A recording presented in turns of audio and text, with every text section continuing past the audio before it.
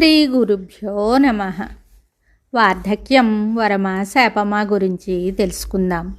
వార్ధక్యం వరమా శాపమా అని అడిగితే మొదటిగా వరమనే చెప్పాలి. ఆ తరువాత కొందరికి, చాలా తక్కువ మందికి శాపంగా పరిణమిస్తుంది. కొందరు వృద్ధాప్యాన్ని శాపంగా భావిస్తారు. అంటే వారి భావనలోనే ఉన్నది, మంచైనా చెడైనా. కొంత వారి పూర్వజన్మ సుకృతం, కొంత ఈ జన్మ సుకృతం అనే చెప్పాలి. ఏది ఏమైనా మనం తెలిసి తెలియక ఎన్నో చేస్తాం. కొన్ని తప్పొప్పులు వయసు, అవసరాలు చేయిస్తాయి. కానీ మనం వాటిని గ్రహించి మనం చేసిన, మన వల్ల జరిగిన పొరపాట్లను సరిదిద్దుకుని సక్రమ మార్గంలో నడిస్తే మన జీవిత గమ్యం బాగుంటుంది. మనం మన జీవితకాలంలో చేసే పనులను ఎప్పటికప్పుడు పరిశీలించుకోవాలి. తప్పొప్పులు సరిదిద్దుకోవాలి. ఆ పొరపాట్లు, ఆ తప్పొప్పులు పునరావృతం కాకుండా చూసుకోవాలి. మనం చిన్నతనం నుంచి సక్రమ మార్గంలో పెరగాలి. మంచిని ఆచరించాలి. ధర్మంగా ధనం సంపాదించాలి. ధర్మబద్ధంగానే ఆ ధనాన్ని వినియోగించాలి. ధర్మం కోసమే పాటుపడాలి. అలా జీవితం గడిపిన వారికి, వారు ఒంటరి అయిన, నలుగురిలో ఉన్న వారి జీవిత చరమాంకం చాలా ఉన్నతంగా గడుస్తుంది. ఎందుకంటే వారు తెలిసి ఏ తప్పు చెయ్యరు. ఒకవేళ మనకు తెలియకుండా మన వల్ల ఇతరులకు అపకారం జరిగినా వారు దానిని సరిదిద్దుకుంటారు. ఇంకోసారి ఆ తప్పు జరగదు. ధర్మబద్ధమైన జీవితం గడిపేవారు వారి జీవితాన్ని భగవంతుని సేవలో, భగవంతుని ధ్యానంలో, సర్వకాల సర్వావస్థలయందు దైవ సాన్నిధ్య భావనలోనే కాలం గడుపుతారు. అందువల్ల వారికి జీవితం భారం అని అనిపించదు. అటువంటి వారి బాధ్యత దైవంపై ఉంటుంది. అందువల్ల ఇటువంటి వారికి వార్ధక్యం వరమే అని చెప్పాలి.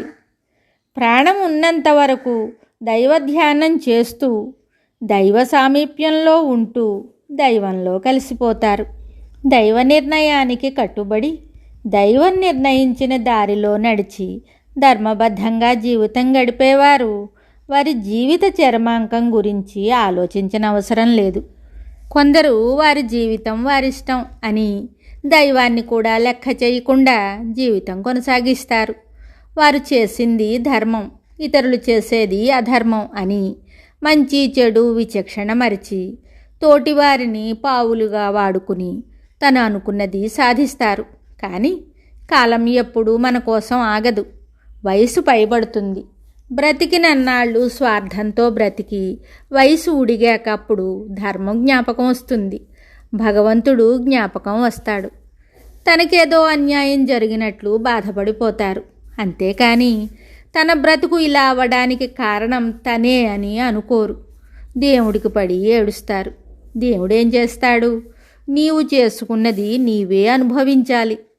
కొందరు దేవుణ్ణి కూడా తలుచుకోలేరు. అప్పుడు కూడా వాళ్ళని వీళ్ళని నిందిస్తూ కాలం గడుపుతారు. కనీసం చరమాంకంలోనైనా చేసిన తప్పులకు పశ్చాత్తాపపడి దైవాన్ని స్మరిస్తూ ఆఖరి దశలోనైనా మంచిగా బ్రతికితే ఆ జీవితం ఎంతో కొంత సార్థకత పొందుతుంది. మనం చేసిన మంచైనా చెడైనా మన ముందుకి వస్తుంది. మనం ఏం చేస్తే దాన్నే అనుభవిస్తాం. యద్భావం తద్భవతి అని మన భావం ఎలా ఉంటే మనకు అదే జరుగుతుంది. అందుకే సర్వే జనాః సుఖినో భవంతు అని అనుకోవాలి. అంతేకాని అందరికీ చెడు జరగాలి, నాకు మంచి జరగాలంటే జరగదు. అందరి మేలు మనం కోరితే మన మేలు దైవం కోరుతాడు. వార్ధక్యం వరమా శాపమా అంటే అది మన జీవన విధానం, పూర్వజన్మ సుకృతం బట్టి ఉంటుంది. బుద్ధి కర్మానుసారిణి అని మన కర్మను అనుసరించే మన బుద్ధి ప్రవర్తిస్తుంది. ఏది ఏమైనా మనం గతాన్ని మార్చలేము. భవిష్యత్తు అంటే రేపు ఏం జరుగుతుందో ఎవరికీ తెలియదు. కాబట్టి వర్తమానం మన అధీనంలో ఉంటుంది. దానిని ధర్మబద్ధంగా అనుసరిస్తూ తామరాకు మీది నీటి బిందువులాగా జీవితాన్ని గడిపితే గతం ఎటువంటిదైనా, భవిష్యత్తు ఎలా ఉన్నా మన జీవితానికి వచ్చిన నష్టం ఏమీ లేదు.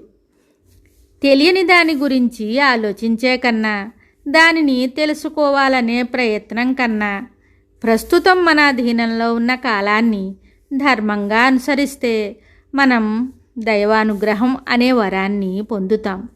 అప్పుడు మనకు ఏ వయసైనా భయపడవలసిన పని లేదు. అప్పుడు మన జీవితమే దేవుడిచ్చిన వరం. ఇంకా దానికి శాపం ఎలా వస్తుంది?